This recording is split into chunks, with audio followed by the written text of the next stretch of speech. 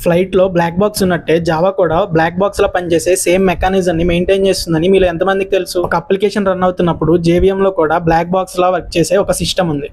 దాని పేరే Java flight recorder, సింపుల్గా జేఎఫ్ఆర్ అంటాం. ఫ్లైట్లో ఏదైనా ప్రాబ్లం జరిగితే బ్లాక్ బాక్స్ని అనలైజ్ చేసి అసలు ఏం జరిగింది అని ఎలా అయితే ఇన్వెస్టిగేట్ చేసి తెలుసుకుంటామో, అదే ఐడియాతో ఒక అప్లికేషన్లో ఏదైనా ప్రాబ్లం అయితే జేవిఎంలో ఉన్న ఈ జేఎఫ్ఆర్ని యూజ్ చేసి ఏమైందో తెలుసుకోవచ్చు.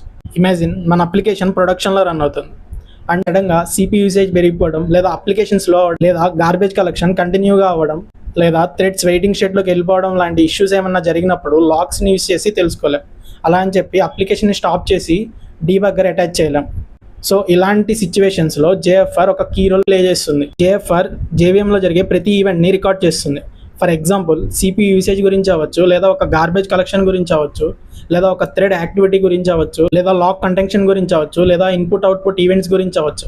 అండ్ ఇలానే జేవిఎం బిహేవియర్కి సంబంధించిన ఏ ఇన్ఫర్మేషన్ అయినా అవ్వచ్చు. సో ప్రొడక్షన్లో ప్రాబ్లం వచ్చినప్పుడు మేబీ గార్బేజ్ కలెక్షన్ కంటిన్యూస్గా జరగడం వల్ల మన అప్లికేషన్ స్లో అయిందేమో, మేబీ థ్రెడ్స్ లాక్ ఎక్వైర్ చేసుకోవడం కోసం వెయిట్ చేస్తూ వెయిటింగ్ స్టేట్లో ఉండిపోయామో అని గెస్ చేయడం బదులు జేఎఫ్ఆర్ రికార్డింగ్ని అనలైజ్ చేసి అసలు జేవిఎంలో ఏం జరుగుతుందా అని మనం తెలుసుకోవచ్చు. అండ్ ఇంట్రెస్టింగ్ పాయింట్ ఏంటంటే జేఎఫ్ఆర్ని డిజైన్ చేసింది ప్రొడక్షన్ అప్లికేషన్స్ని అబ్జర్వ్ చేయడానికి, అండ్ ఈ అబ్జర్వ్ చేసే ప్రాసెస్లో అప్లికేషన్ ఇంకా స్లో అవ్వకుండా ఉండడానికి. మీలో ఎవరికైనా ఒక అప్లికేషన్ రన్ అయ్యేటప్పుడు అసలు ఈ జేఎఫ్ఆర్కి జేవిఎంలో ఏం జరుగుతుందా అని తెలుసుకోవాలని ఉంటే please do follow and wait for the next video.